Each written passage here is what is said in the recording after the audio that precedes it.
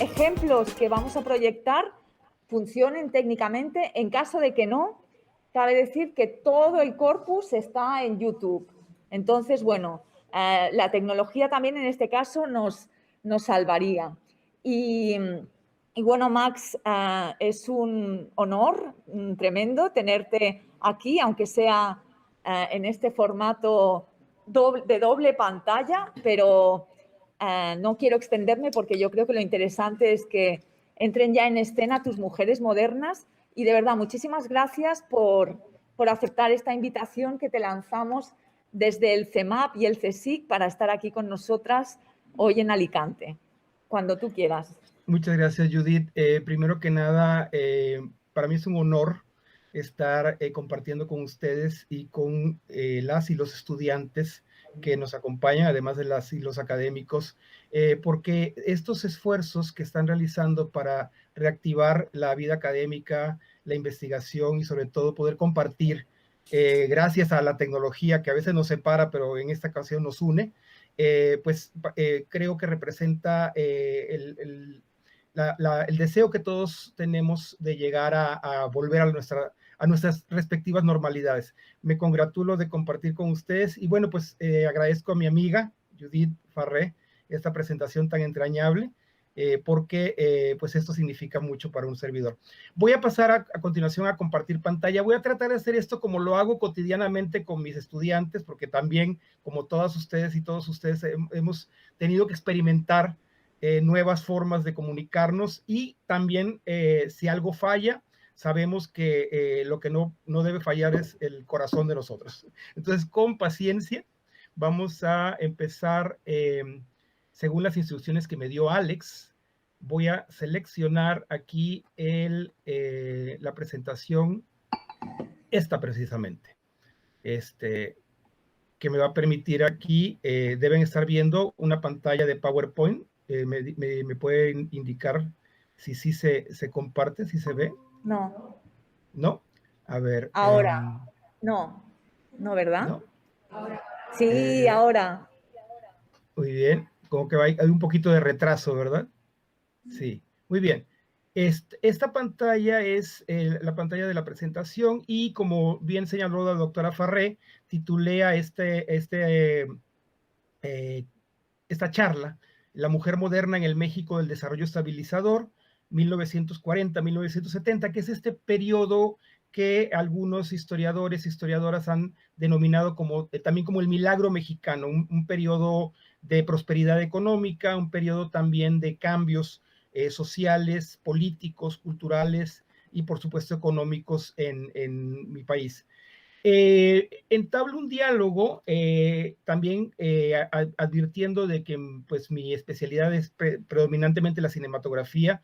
Sin embargo, también en los cursos que imparto sobre cine mexicano, pues he querido que mis estudiantes aborden también estos fenómenos desde diferentes perspectivas. Por eso pues he tratado de entablar un diálogo con un texto que además es muy popular en México y entre jóvenes, que es la novela Las batallas en el desierto de José Emilio Pacheco, publicada en 1981.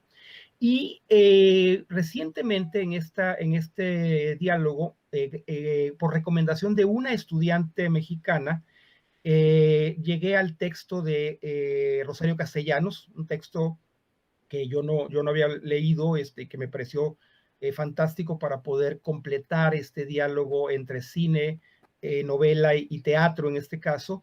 El texto de la obra se llama El Eterno Femenino, es una obra póstuma de Rosario Castellanos, publicada en 1975.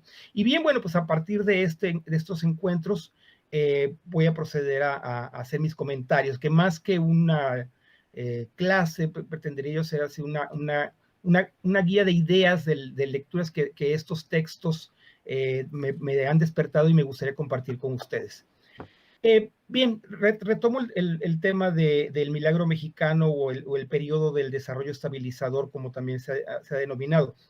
Este es un periodo que abarca aproximadamente unos 30 años en la historia de México. Hay quienes señalan que en realidad es un periodo mucho más breve, que va de los años de la posguerra, de la Segunda Guerra Mundial, hasta aproximadamente el año 1970, ¿no?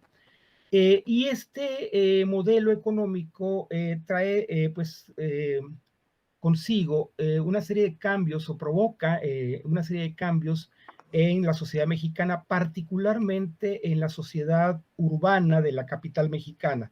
Tenemos que establecer que en esa década de 1940-1950, pocas ciudades del país alcanzaban los decenas de miles de habitantes. Se establecía que una ciudad en aquellos años era una población que alcanzaba 15,000 habitantes y había aproximadamente unas 36 ciudades mexicanas de esas dimensiones, pero la capital mexicana excedía ya para 1940 el primer millón de habitantes. Estamos hablando de una desproporción grande que se manifiesta también, por ejemplo, en la extrema tendencia que el cine mexicano tuvo en esa década a centralizar sus representaciones en la Ciudad de México. Para el cine, México se divide en dos ámbitos, uno muy amorfo, que es el ámbito rural, en donde no hay una denominación clara, a pesar de que hay pues representaciones que intentan evocar regiones como Jalisco, como Veracruz, como Chiapas, en los títulos de las películas, pero más que una representación o un intento de representar a los diferentes ámbitos de México, la división geográfica del país se podía establecer en términos cinematográficos en el México rural y el México urbano. Y el México urbano es el de la Ciudad de México exclusivamente, por lo menos hasta 1970. En este entorno, entonces, van a aparecer como protagonistas de muchas historias dos personajes que no habían aparecido en la década anterior. Me refiero a las familias de clase media y muy particularmente a las mujeres mexicanas de esa clase socioeconómica. Un número importante de películas de los años 40 y también de los años 50 del siglo XX se concentraron en presentar a estas mujeres, a estas familias, en medio de una lucha por preservar los valores y costumbres tradicionales de la sociedad ante lo que los cineastas miraban y también de alguna manera denunciaban como los embates de la modernidad. Y bien, estos luchas, estos enfrentamientos se daban en la cinematografía también a partir de una añoranza que algunas películas apelaban a un sector del público que sentía pues nostalgia por una época previa a la revolución. Hay un periodo breve, pero muy importante, de cine mexicano entre 1940 y 1946 aproximadamente, en que películas con títulos como Ay, qué tiempo, señor Don Simón, El Globo de Cantoya, México de mis recuerdos, En tiempos de Don Porfirio, todas esas películas hacían una representación romántica de una época histórica del país que en esos años se empezaba a ver con nostalgia. En algunos sectores de la población, cabe aclarar, no en todo el país, ¿no? En ese contexto es que el que aparece una cinta como Una familia de tantas. Esta película, filmada en el año 1948, voy a mencionar el año porque es muy importante para hacer la conexión posteriormente con la obra de José Emilio Pacheco. Se estrenó en la Ciudad de México en 1949 y este melodrama, catalogado como melodrama familiar, que es un subgénero muy recurrente en el cine mexicano, sobre todo de aquellos años, y que tiene ecos en el cine contemporáneo en películas como Roma, por ejemplo. Roma es perfectamente una heredera de esta tradición del melodrama familiar. Bueno, Una familia de tantas se estrenó en ese año, en el 49, producida, filmada en el 48, y es considerada uno de los pocos melodramas mexicanos que asumen una postura crítica frente al conservadurismo de la familia mexicana de clase media y particularmente ante sus prejuicios con respecto al papel de la mujer en la sociedad. Por eso me interesó mucho compartir con ustedes esta obra fílmica que puede ser vista también como un melodrama más de la tradición melodramática del cine mexicano y de la televisión mexicana, incluso en los años más recientes, pero al mismo tiempo una película que se sale de la norma que establece el resto del cine mexicano de aquellos años. Y bien, esta cinta, desde mi punto de vista, puede entablar un diálogo muy interesante con Las batallas en el desierto, este famoso texto, esta novela escrita por José Emilio Pacheco, publicada en 1981, y que a través de la memoria, de los recuerdos de un protagonista que se llama Carlos, y que era un niño en los años 40, particularmente en 1948, que es el año en el que se llevan a cabo los acontecimientos de la novela, recuerda ese México que es en gran parte coincidente con el México que la película de Alejandro Galindo representa en la pantalla, el México de las casas de clase media, de las familias que se sientan a desayunar hasta que el padre se sienta con ellos, de las reglas de la clase media, de una sociedad pues todavía basada en valores conservadores, y particularmente de una codificación sumamente rigurosa sobre el comportamiento de la mujer, y muy especialmente de las hijas de la familia, ¿no? Hay un retrato allí en ambas películas en donde las madres, las hijas, el entorno familiar, el hogar, son los escenarios y los personajes de estos conflictos, ¿no? Más adelante, bastantes años más adelante, incluso posterior al fin de la época del desarrollo estabilizador, aparece publicada la obra teatral de Rosario Castellanos, que como mencioné, fue una publicación póstuma a su fallecimiento en el año 74 en Israel. Esta obra, única pieza teatral escrita por la autora, aborda el impacto de la modernidad en la sociedad mexicana, también a través de la representación de mujeres de clase media, a las que un vendedor, como el que vamos a ver en Una familia de tantas, llega a ofrecer un dispositivo electrónico que les permite soñar, que les permite soñar con su futuro, poder materializar sus sueños, sus fantasías, ¿no? Y ese dispositivo se conecta, según la trama de la obra de teatro, a los secadores de cabello, esos aparatos que eran muy populares en los años 60 y 70, en donde se secaba el cabello en las estéticas, en los salones de belleza, ¿no? Y bien, pues estas tres obras, desde ese punto de vista, empiezan a dialogar a partir de el melodrama como dispositivo genérico, como dispositivo narrativo. En México ha existido una fuerte tradición cinematográfica con respecto al melodrama como pieza de representación. Una pregunta aquí, porque estoy viendo en pantalla, he estado moviendo la presentación sí, voy a hacer un movimiento. ¿Esto se ve? Sí. Muy bien. Es que traía yo abierto, voy a apagar el otro PowerPoint, ¿sí? ¿Se borró la pantalla ahorita?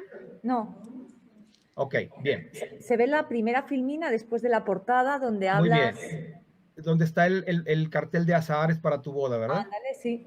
Muy bien, entonces lo que se debía haber visto, lo voy a pasar rápidamente, es este cartel, el de México de mis recuerdos, película que hace una remembranza de la época porfiriana. Hablé de Una familia de tantas, de la obra de José Emilio Pacheco, y aquí estoy. Bien, ahora sí ya me sincronicé de nuevo. Entonces voy a hablar un poco del melodrama familiar mexicano en el contexto del cine mexicano. Les decía que el melodrama es un género que además que ha alimentado pues buena parte de la historia del cine de mi país, es un género que se mantiene vivo. Hay al menos disponibles en plataformas una serie de televisión que se llama La Casa de las Flores, en una plataforma de estas de televisión contemporánea, y también más conocida la película Roma de Alfonso Cuarón. Son dos ejemplos contemporáneos en los que el melodrama familiar pues sigue vigente en el gusto popular y en las narrativas cinematográficas mexicanas. Entonces, este género señala Rafael Aviña, un crítico muy importante que ha revisado este género cinematográfico. Aviña define el melodrama mexicano como el eje que mueve y sigue moviendo la producción fílmica mexicana, de ahí su enorme importancia. Y Jorge Ayala Blanco señala algo que pueda explicar por qué el melodrama familiar en el cine mexicano ha sido tan importante, y es esa coincidencia en que el género se va desarrollando al mismo tiempo que se va consolidando un nuevo tipo de clase media.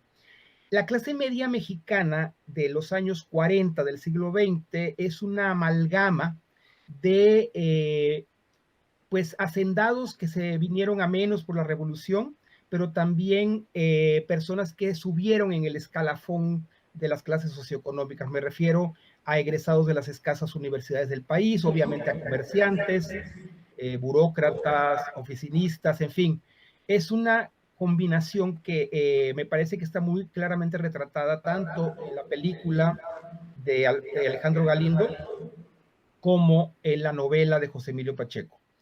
Por ejemplo, en la película de Alejandro Galindo tenemos a una familia que expresa que ellos llegaron de la provincia mexicana, del estado de Guanajuato, desde hace algunos años, y reciben en algún momento de la película la visita de un pariente que es hacendado, que tiene una hacienda y que de alguna forma también está tratando de reemparentar con la familia a través del matrimonio, un primo de la familia que anda buscando casarse con una de sus primas. Esta misma alusión a los orígenes provincianos de la clase media de la capital mexicana la hace José Emilio Pacheco cuando narra los orígenes de la familia de Carlos en Guadalajara. Se establece que este matrimonio llegó a la Ciudad de México con sus hijos, nacidos algunos de ellos en Guadalajara, y que en la Ciudad de México adquieren prosperidad económica gracias a la fábrica de jabón que posee el papá de Carlos, ¿no? Entonces, hay una insistencia por establecer una relación entre prosperidad económica y habitación en la Ciudad de México y desarrollo de la clase media, y al mismo tiempo ese nuevo ámbito en que la familia mexicana se está desarrollando ofrece al mismo tiempo oportunidades y también retos, riesgos, que eso es lo que el cine pues ha insistido en representar. Sobre todo el cine que, como el melodrama familiar, exaltaba los valores e ideales de la clase conservadora en la clase media mexicana. Y es en el donde vamos a ver la lucha, se va a transformar el hogar en el escenario de la lucha entre la tradición y la modernidad en el México de mediados del siglo XX. Esta lucha por preservar valores y costumbres ante los embates de la modernidad no era un fenómeno nuevo en México. Ya se había suscitado al menos medio siglo antes, cuando el país dirigía su mirada hacia Europa, hacia Francia, buscando la inspiración necesaria para modernizarse. La diferencia radicaba ahora en el origen de la modernidad. La modernidad francesa, que el gobierno de Porfirio Díaz promovió a través de pues innumerables obras públicas y de una, digamos, consciente acercamiento hacia los desarrollos tecnológicos. Por ejemplo, la llegada del cine a México llega a través de enviados franceses a la capital mexicana, y la primera persona en admirar el nuevo invento en 1896 fue el presidente Porfirio Díaz, acompañado de su familia y miembros del gabinete. Esa era la modernidad aceptable en el México conservador de 1900, de 1910. Pero esta modernidad que llega, que aparece de golpe en los años 40, es una modernidad a la que muchos mexicanos ven con suspicacia, porque proviene de los Estados Unidos, de nuestro vecino, con el que tenemos pues relaciones más bien complejas hasta la fecha. Tenemos una coexistencia pues muy complicada a lo largo de poco más de 200 años, y esta modernidad además es percibida como la antítesis de aquella modernidad católica, latina y elegante que era la francesa. Esta modernidad de los años 40 era protestante, era vulgar y era anglosajona. Entonces, hay también allí un recelo por esos orígenes de la modernidad. Sin embargo, las ventajas o las bondades de esa modernidad se perciben claramente a través de los cambios con la introducción de bienes de consumo, de electrodomésticos, de automóviles, de supermercados, en fin. Que eso precisamente, el electrodoméstico, ahí me quiero concentrar porque es el elemento que une a las tres obras. La película de Alejandro Galindo, la novela de José Emilio Pacheco, la representación fílmica de la novela de José Emilio Pacheco y la obra de teatro de Rosario Castellanos coinciden en determinar que a través de las tecnologías, que a través particularmente de las tecnologías destinadas a la mujer y a la mujer del hogar, o la mujer que trabajaba en el hogar, son esas tecnologías las que van a determinar el perfil deseable de la mujer mexicana moderna, de la mujer de clase media en México. Y aquí quiero compartir un texto extraído de las batallas en el desierto, que es en la novela la mención que hace José Emilio Pacheco a las tecnologías. Dice, el capítulo se llama Lugar de en medio, se refiere al lugar que ocupaba el protagonista Carlos en la familia, es el hijo de en medio. Y dice, éramos tantos hermanos que no podía invitar a Jim a mi casa. Mi madre siempre arreglando lo que dejábamos tirado, cocinando, lavando ropa, ansiosa de comprar lavadora, aspiradora, licuadora, olla express, refrigerador eléctrico. El nuestro era de los últimos que funcionaban con un bloque de hielo cambiado todas las mañanas. Esta mención al aparato electrodoméstico lleva a que en la versión cinematográfica, ahorita vamos a ver un fragmento de ella, que fue dirigida por Claude Isaac, se dedica una parte importante de la película a representar la introducción de los electrodomésticos en la casa de familia del protagonista de la novela, ¿no? Y aquí voy a pasar esta es la parte en donde me convierto en equilibrista tecnológico, porque voy a dejar de compartir la pantalla y voy a tratar de compartir el video. Ese es un video en el que aparecen escenas de la película Una familia de tantas y de la película Mariana Mariana, filmada en 1987, que es la versión cinematográfica de las batallas en el desierto de José Emilio Pacheco. Entonces, vamos a tener aquí paciencia para que se abra el clip primero. Ok, ya está abierto. Y luego, según las instrucciones que me dio estupendamente Alexandra, voy a hacer aquí un acto de malabar. Dice seleccionar ventana o pantalla. Clip de electrodomésticos, muy bien. Permitir. Ok, ahí se debe ver una pantalla congelada, ¿verdad? O algo así. Muy bien. Perfecto. Muy bien. Y ahorita lo que falta nada más para que todo fluya es activar el sonido de la presentación. Se supone que ahorita que corra va a empezar a escuchar el audio de la película. Voy a preguntar si se escucha. Allí. Max, ¿Sí? súbele el volumen. Sí. Está todo el volumen.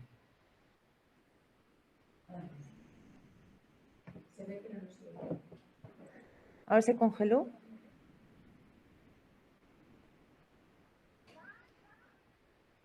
Se oye súper flojito, ¿verdad? A ver, vamos a intentarlo de nuevo. Como comentamos al principio de la presentación, Si al caso no funciona lo de los videos, vamos a compartirles posteriormente las ligas donde pueden ver las películas completas en YouTube. O sea, todo el material que estoy compartiendo, pues revisé que estuviera disponible y se puede compartir, ¿no? Voy a volverlo a hacer. A ver, se supone que aquí debo activar el sonido. Voy a intentarlo de nuevo. ¿Qué hago? Que mientras tengan los cascos conectados, no funciona. Ya, Alexa, sí tienes. ¿Ven que Alexandra es la que sabe perfectamente? Alexandra simboliza toda la filosofía del seminario, poderosas, faranduleras y devoción extrema le debemos. ¿Se escucha ahí?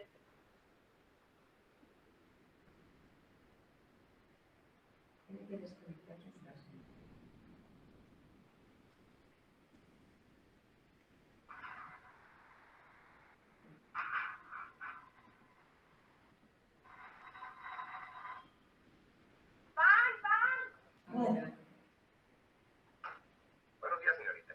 Buenos días. ¿Su mamá? ¿Podría hablar con ella? ¿Mamá? ¿Sabe usted? ¿A qué le traía esto? ¿Me permite? Perdone, pero mi mamá no está en estos momentos. Pero no debe tardar, ¿verdad? Porque me daría mucha pena no poder cumplir con mi encargo. Fue al mercado, sí que le ruego que... Magnífico. Así me dará tiempo de armar la máquina y le daremos la sorpresa. Perdone, pero no entiendo. ¿Qué mi mamá le encargó eso?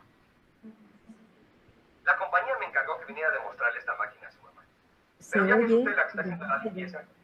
Mire, señorita, deje usted esto. ¿No se escucha? Cuando usted vea cómo opera esta máquina, no Se va a tener escucha, caso de pero no se ve. Se quedó la imagen congelada. Perdone, señor, pero yo creo que será mejor. Su mamá no va a reconocer a Susana cuando regrese. Hay una cosa que sí quiero hacerle notar, que además de la rapidez con que se hace la limpieza, es su eficiencia.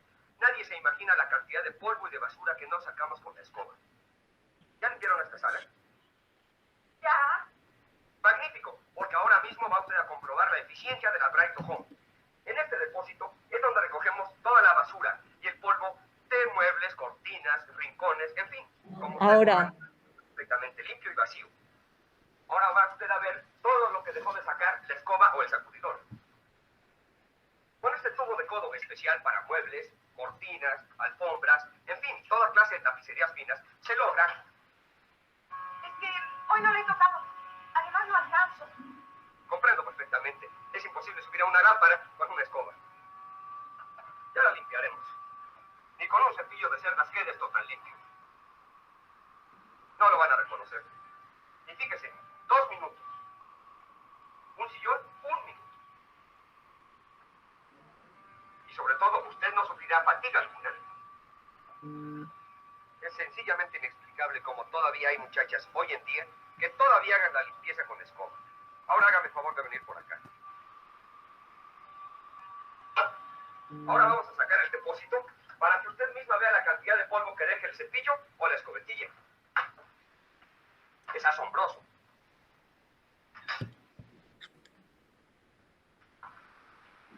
Dios mío, ¿todo ese polvo le salió? Mire. La milagrosa. Uy, lo que la hemos buscado. La perdió mi hermana Lupita cuando hizo su primera comunión. A ver este papel. Sí, es la receta del doctor Echenique. ¡Qué barbaridad! Es para un dolor que luego le da a mi papá. Mi mamá andaba desesperada. ¿2 horquillas? Sí, pero esas ya no se usan. Ahora se usan pasadoras. ¿Y eso? ¡Ay, eso qué es, Dios mío!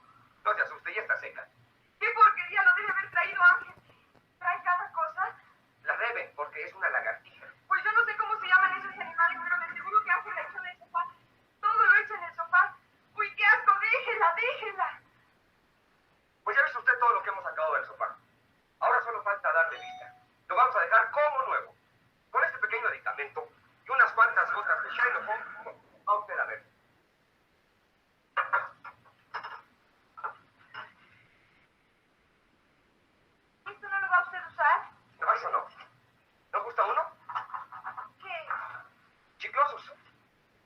vainilla. Ande, tome uno. Están ricos.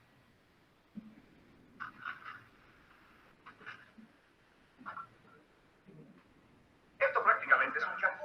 Un champú para muebles tapetados.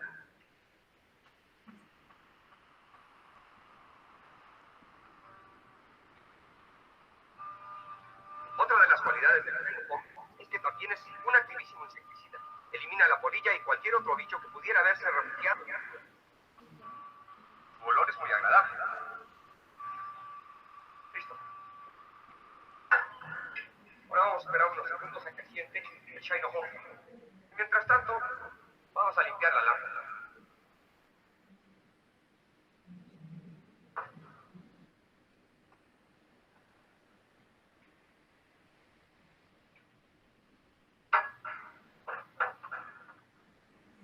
Uy, ¿Quiere prenderla, por favor? Ahí en el botoncito.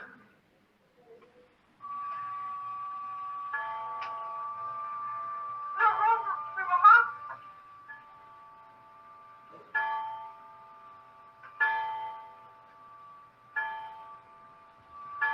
¡Mami! ¿Qué significa esto?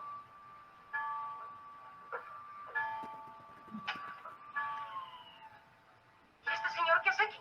¿A lo que es usted, señora? Me llamo Roberto del Hierro, representante de la Braincom Machine. Sí, señor, pero ¿sabe usted no parece darse cuenta. Precisamente le estaba demostrando a la señorita nuestro último modelo de aspiradoras. Pero, niño, ¿no puedes estarte callado? Ya, niña, ¿qué te pasa que no hablas? El señor me estaba demostrando su máquina. Precisamente estábamos esperando que estuviera eso. Usted misma puede buscar las diferencias. Ya que ni te imaginas, mamá, encontramos la milagrosa receta del doctor Echenique. Pero bien sabes, no soy yo quien resuelve. Desde luego, señora ministra, debe de ser su señor esposo.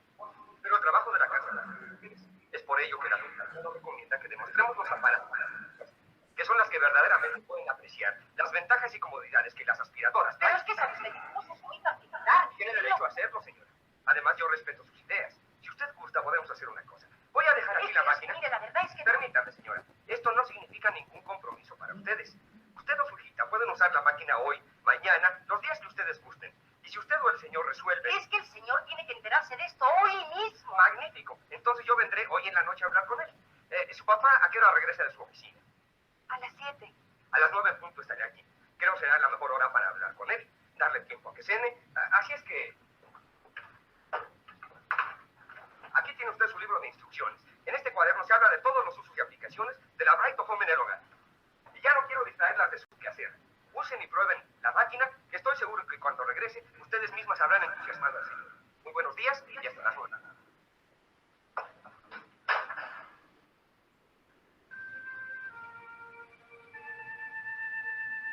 Se ve decente, ¿verdad, mamá? ¿Decente? Pues vas a ver la entusiasmo de tu padre cuando se entere que hasta un hombre en la casa buscando. Primero la aprende mamá y después la apoya con fuerza.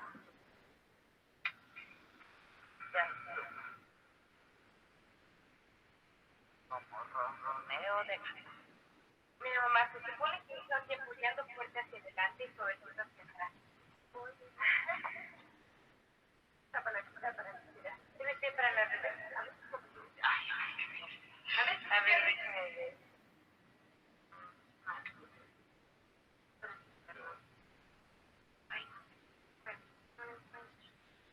Carlitos, aquí tan temprano. Oye, tus útiles. Mira, me la acabas de traer y me la voy a pagar en abono. Además, limpia más rápido. Quiero ver si le puedo sacar la basura. A ver, creo que la entendí. Ajá, ahí está, bueno, ya. Cuidado. Carlitos, trae periódico pronto. Sí, voy a caer otra vez. Eso te parecía a ti. Ahora ya estaba tan... Cuidado. Eso es. Ay, mira una arenilla que se veía perdida. Aguanta mucho. Es facilísimo, creo que lo entendí perfectamente. Tenga la conexión de sus aparatos, se va a hacer millonario. ¿Cómo se llama esta? Ecuadora. ¿Por qué se llama Ecuadora? ¿Cómo es correcto, papá? Ecuadora.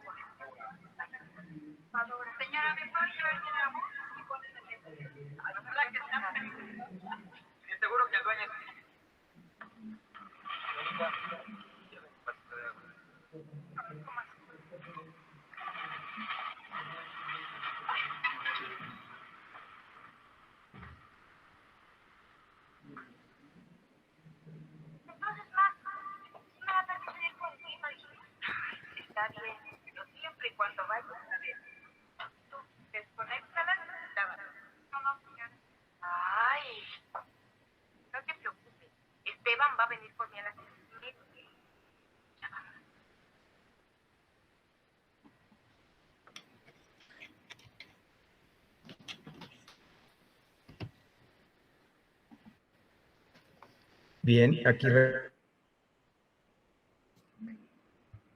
Tus auriculares, no se te oye. ¿Se escucha? Ahora sí. Ahora ya. Decía que acabo de compartir. Espero que se haya visto completo. Sí, pero con algunos problemas de sonido que no podíamos ahí, pero imaginábamos.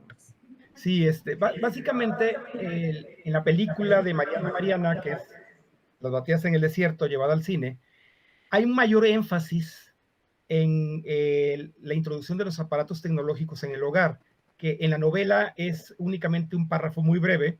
Sin embargo, se desglosa en la novela pues, de una manera muy variada, ¿no?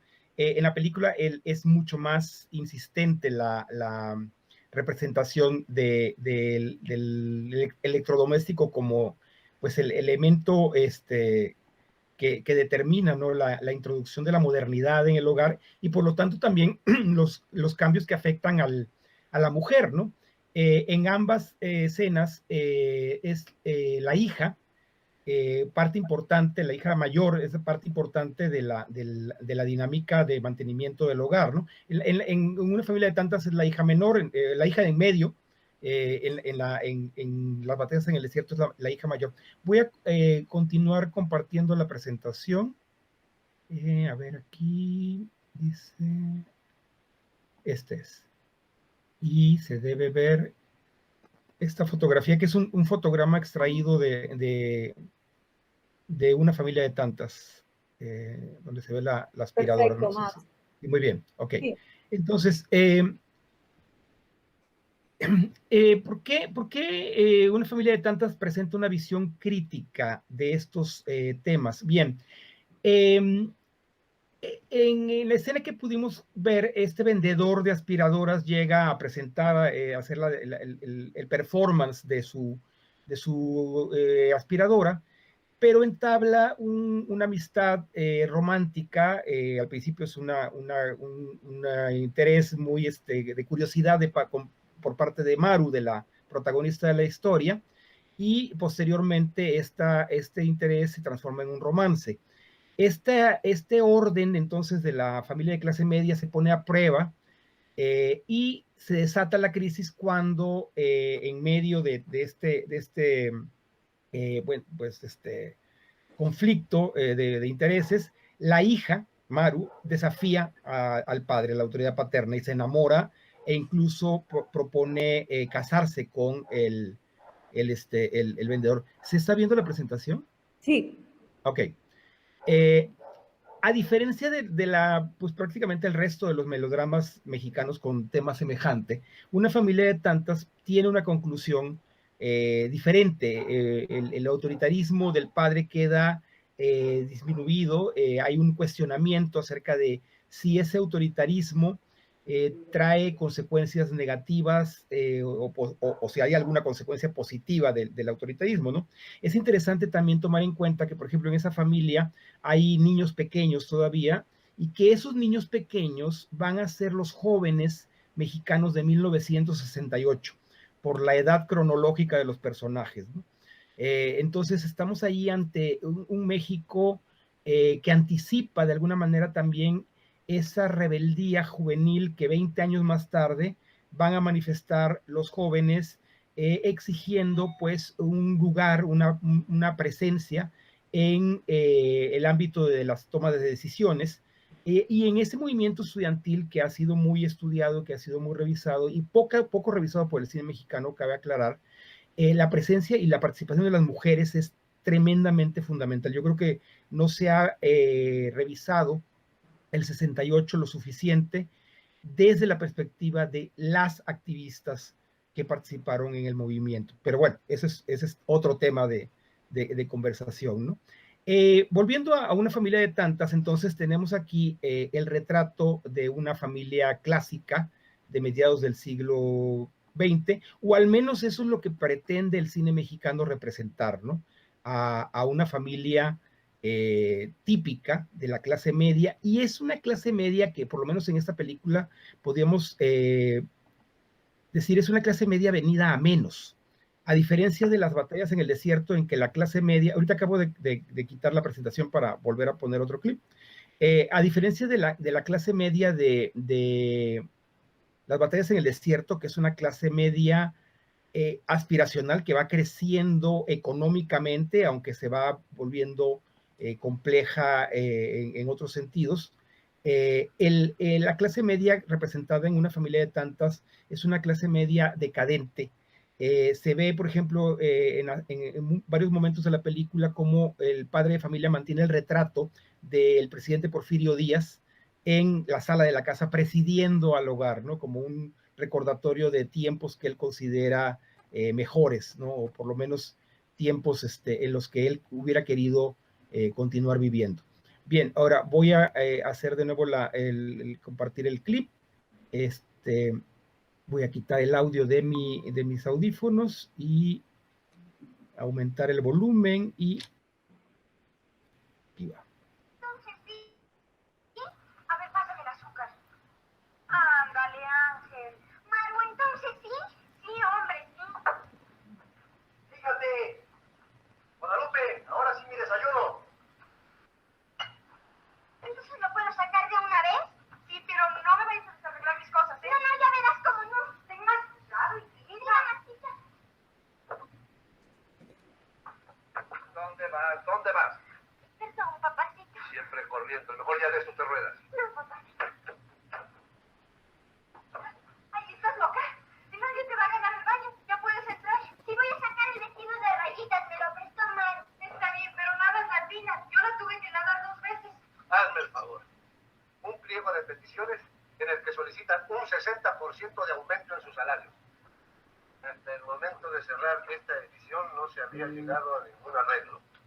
El ciudadano secretario del Trabajo declaró poco antes que en caso de que las partes... Buenas, mamacita. Vas a llegar tarde otra vez y esto no está bien. No creas que porque trabajas con un tío tuyo estás autorizada a no tenerle consideraciones. Al contrario. No, papacitos, si es que mi tío llega muy tarde. Él mismo me dijo que yo podía llegar 10 o 20 minutos después de la hora. Que no era necesario que yo... Luego que llegas tarde me voy. Papá, los hijos. Guadalupe, ya estoy aquí. No porque él mismo te lo haya dicho, pero de confiarte. Al contrario, es necesario que vayas acostumbrándote a ser un poco organizada. Papacito, ¿y ahora que cumpla yo mis 15, puedo ir a trabajar? Yo diría que no, niña. Que bastante falta le haces aquí a tu mamá. Guadalupe, creo que eso es un asunto que a mí me toca resolver. Digo yo, porque veo que la niña es mejor para la casa que para andar ahí corriendo tras los camiones. A ver, uno aquí. Pero es que yo ya no soy niña, ya voy a ser señorita. Y a los 15 se puede tener novio y trabajar. ¿Verdad, Estela? Es tu hermana la que debe opinar sobre eso. Sí, mamacita. Ya que cumplas tus 15 hablaremos. En cuanto a ti, Estela, tu novio se fue anoche a las 9:10. Tanto tú como él saben que sus horas de son de 10:30 a 9. Papá, pero tal vez haya sido que Rosito fue. Entonces habrá que cambiar las campanas del reloj para que los dos se den cuenta. Procura que tu muchacho se esté haciendo. Me voy, que ya son tarde.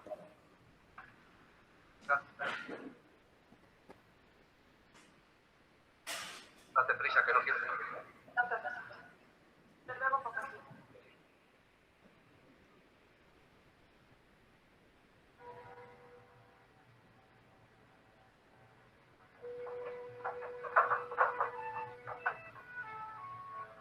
¿Que no piensas ir a la escuela? Sí, papacito. Ya es la media. Hora en que ya debiera usted ir en camino. Sí, ya me iba. Tus libros. Apenas bajas a desayunar. Tú vas por sus libros, sí. Y seguirás sin desayuno como contigo por tratar de mentir. Y le pides a la directora una hora.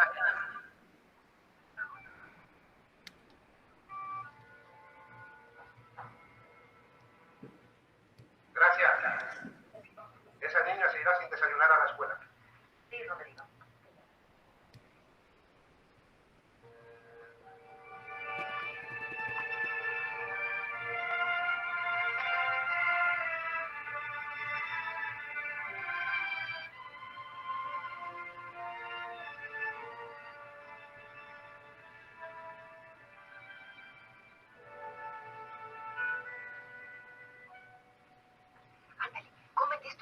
vas luego.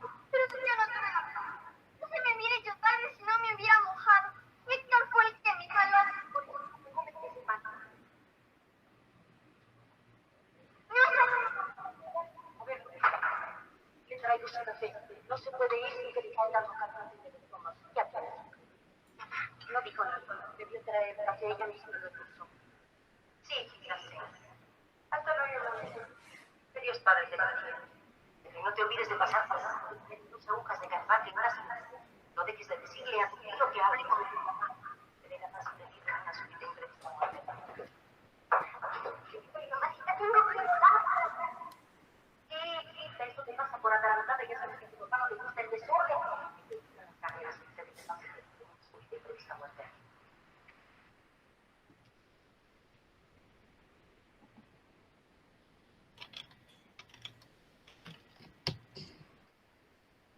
Ok. Bien. Voy a continuar con la presentación y voy a ir yendo hacia el final para que haya pues también oportunidad de comentarios, de preguntas y de diálogo.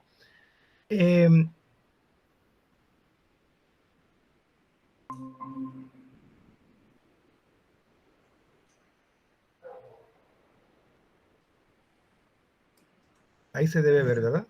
Sí. Muy bien. Muy bien. Entonces, una familia de tantas se convierte en un ejemplo atípico del melodrama mexicano familiar, ¿no? En esta escena que acabo de compartir con ustedes, me gusta mucho esta complicidad que se manifiesta en la escena final cuando el padre castiga a la niña pequeña por salir tarde al colegio y le dice a la madre, esta niña se va a ir sin desayunar. Y inmediatamente todas las mujeres de la casa, solamente con la mirada, se ponen de acuerdo para no cumplir con el mandato del patriarca. Y una le lleva el pan, la otra le lleva café, la otra dice que no dijo nada, pero le echó azúcar al café. Y hay una representación muy genuina de la dinámica femenina al interior del hogar cuando patriarcado se trata de imponer en cuestiones límite, ¿no? Como es el caso de mandar a esta pequeña a desayunar. Esto contrasta evidentemente con la representación familiar que hace José Emilio Pacheco de la otra familia que representa en las batallas en el desierto, que es la familia de Jim, este niño que de entrada es extranjero, por lo mismo es visto con suspicacia por parte de la madre de Carlos y sobre todo de la madre de Carlos, ¿no? Y de algunos compañeros del colegio que ven a Jim como un extraño. Pero además Jim es hijo de Mariana, esta mujer que rompe con los esquemas impuestos a la mujer de la época. Mariana es una mujer que se mueve libremente entre el ámbito hogareño y el ámbito fuera del hogar.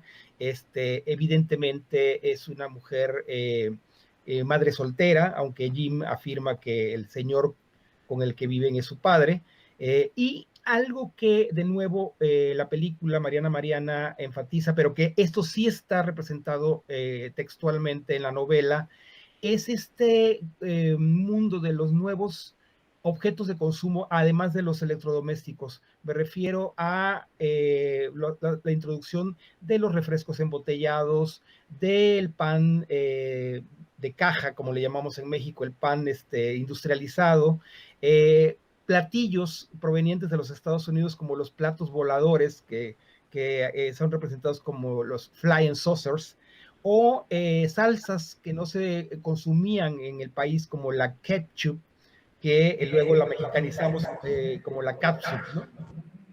Entonces, todo parafernalia, para no irnos tan lento, voy a brincar este ejemplo, pero en la película Mariana pueden ver esta escena en donde Mariana invita a cenar a Carlos y le sirve toda una serie de platillos que para él son fantásticos, porque nada de eso consume en su hogar. Cuando le pregunta Jim, ¿tú qué comes en tu casa? Él le da una explicación de comida tradicional mexicana, ¿no? Que en ese momento pasa a despreciar por sentirse fascinado tanto por la comida que le ofrece Mariana como por Mariana misma, ¿no?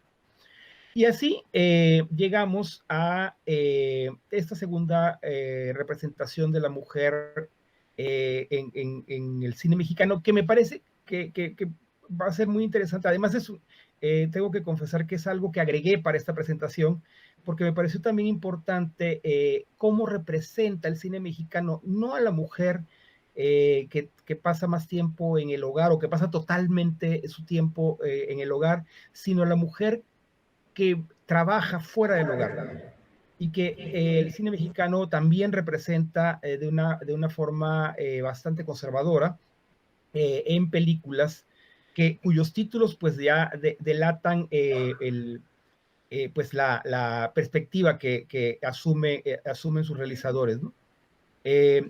Un poco de datos también que me parece interesante. Cuando se masifica el uso de electrodomésticos allá hacia 1950, únicamente el 13.1% de las mujeres mexicanas trabajaban fuera del hogar.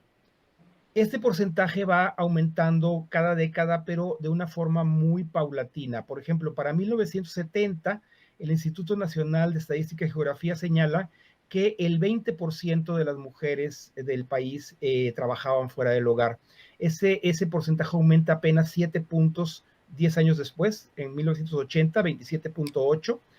31.5 en 1990, 35.2 en 1996, hasta llegar a 40% de las mujeres en 2005. Son números impresionantemente bajos.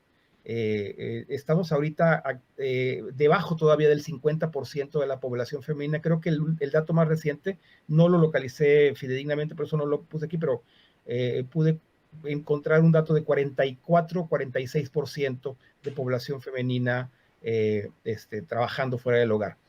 Velázquez Yerkova señala que por lo mismo esta mujer trabajadora, su imagen de mujer trabajadora de clase media, se construyó a partir de dos binomios sobre la feminidad: la vida doméstica, vida pública, y modernidad, tradición. O sea, algo que es lo que ya he estado compartiendo con ustedes, ¿no?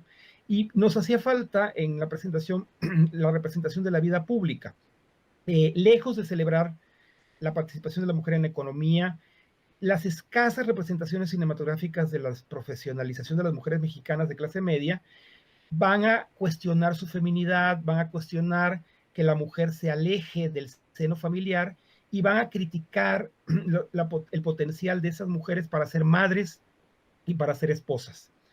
Esto lo encontramos en un sinnúmero de películas con títulos como Nosotras las taquígrafas, Mujeres que trabajan, Muchachas que trabajan. Este universo de mujeres trabajadoras es distinto al que se representaba en la década anterior, en la década de los años 30, principios de los 40, en cuanto a las profesiones que se representan. Por ejemplo, en las décadas de los 30 y la década de los 40 aparecen mujeres que hacen labores en el hogar, también aparecen profesoras, médicas.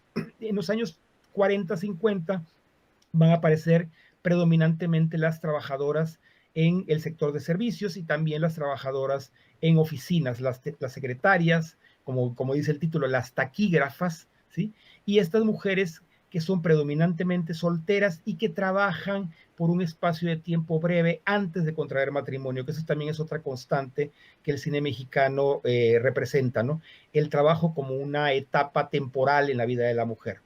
Y así llegamos a las reflexiones que hace Rosario Castellanos en El Eterno Femenino. Extraje una breve cita del primer capítulo, del primer acto de esta obra, cuando el agente de ventas que se presenta en el salón de belleza está presentando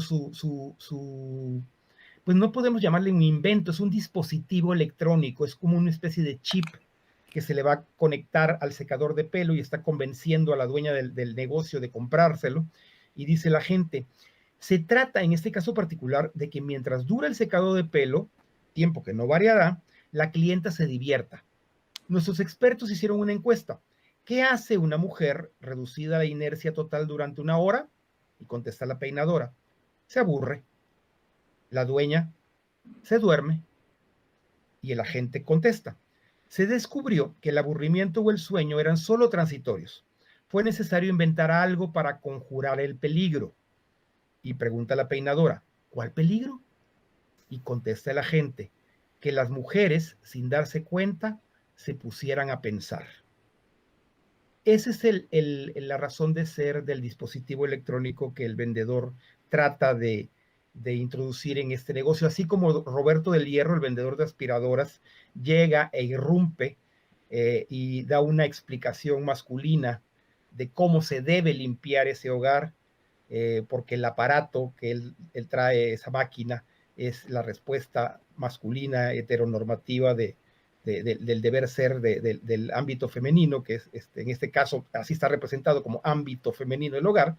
El agente de ventas es más descarado en el terreno femenino y señala, lo que queremos es que las mujeres no piensen. Y esto es lo que denuncia Rosario Castellanos en esta obra maravillosa. Fox Locker, que es una estudiosa de Rosario Castellanos desde los años 70 por lo menos, señala que en las 3 etapas de la obra de Rosario Castellanos, la obra de teatro El Eterno Femenino se localiza en la tercera de ellas, tanto cronológicamente como por las preocupaciones que la autora pues representa en sus textos. Señala que en la primera etapa, a la que pertenecen, por ejemplo, obras como Ciudad Real, la autora se conforma con delinear las actitudes típicas de las mujeres. En estas obras, como Oficio de Tinieblas o Ciudad Real, las mujeres reaccionan o actúan, pero no se cuestionan en ese actuar. Dice Fox Locker que en la segunda etapa, por ejemplo, en cuentos publicados en Retrato de Familia, en esta colección de cuentos de Rosario Castellanos, ya se abordan las reacciones de las mujeres, pero en la tercera etapa a la que pertenece El Eterno Femenino, Rosario Castellanos ya está analizando esta percepción de lo que es en realidad la mujer y cómo se relaciona con la imagen que la sociedad le ha asignado. Y por eso la acción más externa que tiene lugar en este salón de belleza denuncia esta representación y pues la caracteriza como lo que es, como un abuso cometido, porque a esta mujer, a Lupita, la que le hacen ensayar el secado de cabello con el dispositivo, prácticamente comete un acto de violación, una brutalidad. Ella está dormida y le inducen a soñar con su supuesto futuro, su supuesto marido, su vida hasta la vejez, ¿no? Finalizo con una coincidencia más. Creo que este es un intento mío por hacer coincidir 3 obras de 3 tiempos, pero que me parece que dialogan entre sí. En el año en que se estrenó en la Ciudad de México la película Una familia de tantas, en París se publicaba El segundo sexo, la obra fundamental que da inicio al feminismo de la segunda era de Simone de Beauvoir. La frase "no se nace mujer, se llega a serlo" es una frase que se ha repetido mucho, extraída del texto, pero cuyo significado me parece que todavía seguimos construyéndolo.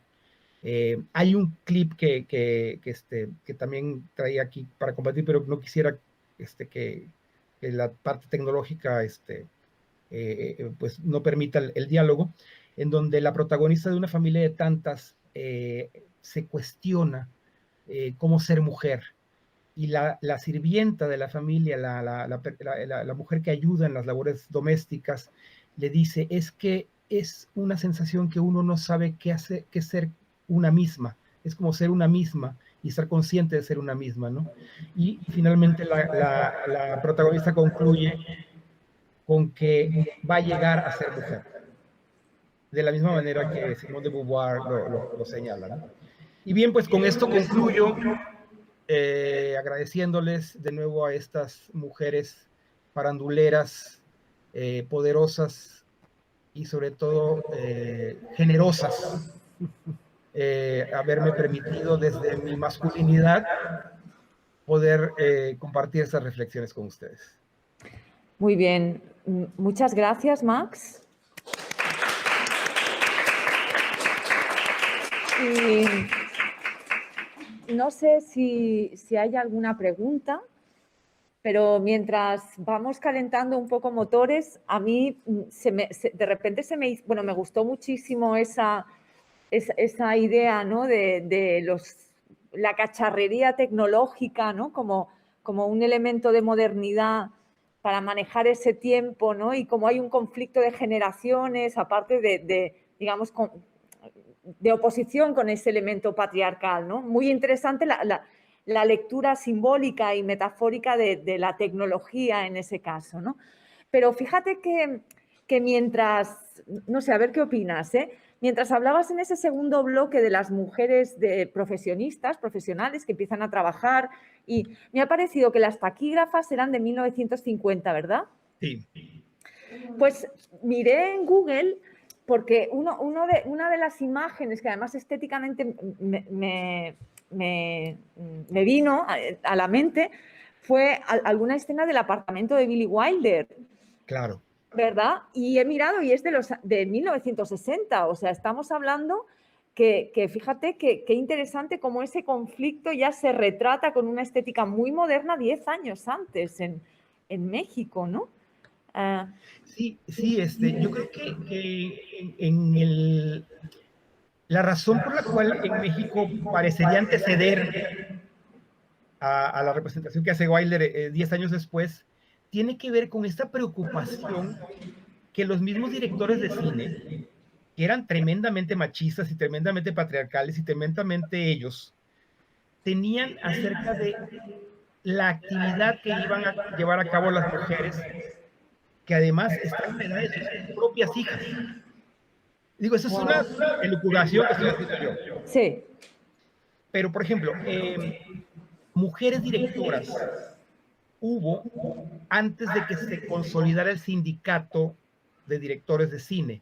A partir de la consolidación del sindicato solamente hay una mujer que además tenía toda la trayectoria para poder ingresar, que es Matilde Landeta, que ingresa como directora en 1948 y nunca más vuelve a ingresar una directora hasta los años 70. Wow. Entonces, hay también una mentalidad tremendamente conservadora y asociada al poder político y económico de parte de los creadores de las películas. Ajá. Todos son cortados con la misma tijera, ¿no? Varones, heterosexuales, 50 años en promedio. Algunos de ellos eran españoles republicanos exiliados, Ajá. otros eran mexicanos, pero todos compartían el mismo discurso. Ajá. Que es un discurso pues tremendamente moralista. Por ejemplo, los títulos de las películas dicen mucho. Hay una película que se llama ¿Y dónde están nuestras hijas? Ajá. ¿A dónde van nuestros hijos? Ajá. Entonces, hay todo esto, ¿no? Interesantísimo, ¿no? Y eso también me recuerda a la intertextualidad que hay con los títulos de las canciones, por ejemplo, en La Casa de las Flores, ¿no? Que eso también lo hemos hablado mucho, que también el hilo tempore de todo ese baúl musical, pues también es muy interesante para analizar. Y yo creo que el público está agotado.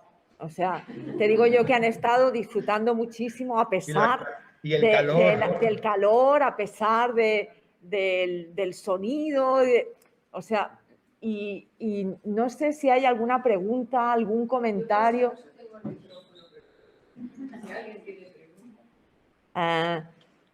Mira, sí, al fondo. A mí me ha gustado mucho que hayan relacionado ese melodrama familiar con la película Roma. ¿No? ¿Oyes? Y me parece que es una estética exactamente que está como recreando esos tiempos, no solo por el blanco y negro, por la sepia, por el color sepia, sino también por la manera de amueblar las casas, por los barrios, lo importante que es la azotea con la chica de la limpieza. En fin, me ha gustado mucho esa parte y tampoco se me había ocurrido la importancia de los electrodomésticos, de verdad que me impresionó. Sí, Roma la misma colonia que habita José Emilio Pacheco en Las Bateas en el Desierto. Sí. Y en una familia de tantas no es exactamente la colonia Roma, pero es una colonia vecina, la colonia Juárez. Entonces está también conectado geográficamente. Y es la Ciudad de México. Está claro que hay que empezar a rodar series ahora con rumbas, ¿no? El cacharro... Sí, ¿no? con rumbas y los hornos que no usan aceite, ¿cómo se llama? Los hornos de aire. Ese grado de modernidad, esa sofisticación aquí, me parece que todavía no es tan cotidiana. ¿Ah, sí? Ah, bueno, sí, sí. A mí me Sí. dijeron una frase muy machista, pero muy ilustrativa, que dicen que el horno de aire es el Xbox de las amas de casa contemporáneas. O sea, la videoconsola. Ten en cuenta videoconsola. que aquí hay una es un poco antigua. Pero es que los electrodomésticos son una ¿Oyes? forma de... Espera, ¿oyes? ¿Sí? Que me interesa mucho este tema de los electrodomésticos. Es una forma de volver a encerrar a la mujer en casa. Yo no lo veo una modernidad. Le da más tiempo. Estas películas, tener la aspiradora es una manera de estar otra vez dentro, ¿no? Fíjese que el electrodoméstico se veía como una amenaza en el sentido de que iba a reducir el tiempo de trabajo hogareño de la mujer y entonces le iba a dar tiempo libre. Ahí va otra pregunta. Sí. No, Didi. Nada, se me escucha. Felicidades por tu intervención y gracias por desde lejos habernos ilustrado también. Y nada, a mí se me han venido muchas imágenes del cine español de la época con la que se comparten muchos momentos, ¿no? Y muchas claves, y sobre todo con la publicidad, ¿no? Me ha encantado el uso metafórico que le ha dado al electrodoméstico como objeto que amenaza la tradición, como objeto que por un lado va a ser liberador para la mujer, pero por otro lado la va a esclavizar aún más. Yo no sé si has visto publicidad española de los años 60, 70, que al regalarle a la mujer un balayo era como hacerla feliz, bueno, el resto de sus días, ¿no? Entonces, como es un arma de doble filo, porque por un lado te vende a una mujer moderna, actual, pero te está vendiendo a una esclava de la casa, es decir, y sobre todo me llama la atención, no sé si tú en esta análisis que has hecho, cuándo aparece el electrodoméstico asociado al hombre en el cine o en la publicidad, es decir, que un hombre use un electrodoméstico, no sé, no. Es el que lo vende, el hombre es el que lo vende o lo regala, pero es como que, ¿no? Entonces, y hoy en día, estás diciendo aquí hoy en día, tanto aquí en España igual, se dice, ay, ¿qué le regalamos a la abuela? No sé qué, pues una batidora, no sé cuánto, ¿qué feliz le vamos a hacer? Son cosas que en el siglo XXI siguen presentes en nuestro, bueno, muchos desarrollos culturales, el imaginario del electrodoméstico, la verdad que me has abierto un mundo fascinante. Y fíjate qué distinto. Yo soy curador del arte. No lo ves, ¿verdad? No, pero sí lo escucho perfectamente. Qué distintos son los electrodomésticos asociados al cuidado femenino, ¿no? Estoy pensando en el secador y a partir de ahí lo hemos visto últimamente, ¿no? Con los consoladores femeninos, el Satisfyer, ¿no? Que ya forma parte de, digamos, del chiste cotidiano, ¿no? Allí en México también se hizo esa publicidad del electrodoméstico. Es muy americana, yo creo que es muy... Sí. Los gringos vendieron eso. En México se adoptó la celebración del Día de las Madres en 1922 y fue asociada con la tienda Sears Roebuck y un periódico que hacía la publicidad de la tienda. Entonces, desde 1922 es sagrado el día de entrega, de regalar planchas, licuadoras, batidoras, en fin, o sea, toda la gama, ¿no? de aparatos. Y obviamente los aparatos grandes, el frigorífico, la estufa, son los grandes regalos que se entregan ese día. O se entregaban. Ya. Pues yo creo que cerramos. Para cerrar, voy a darle la vuelta a la cámara para que el aplauso final puedas ver tu público. Y te agradecemos muchísimo, Max. A ver si... ¿Sí se ve? Sí, sí se ve. Muchas gracias. Muchas gracias. Y nada, muchas gracias, Max. Está claro que nos emplazamos a otra edición, ¿no? Claro. Sí. Y pensemos en publicidad y electrodomésticos y espacio y tiempo y muchísimas gracias. No, yo estoy encantado porque convivio contigo, pues ha sido para mí disfrutar muchas cosas que Judith y yo compartimos en nuestro tiempo que coincidimos en el TEC de Monterrey, y pues es de veras un placer, y con ganas de ir a Alicante, porque la verdad, he sido recibido muy cálidamente por todas ustedes y por todos ustedes. Muchas gracias, me voy con el corazón lleno de cariño. Gracias, Max.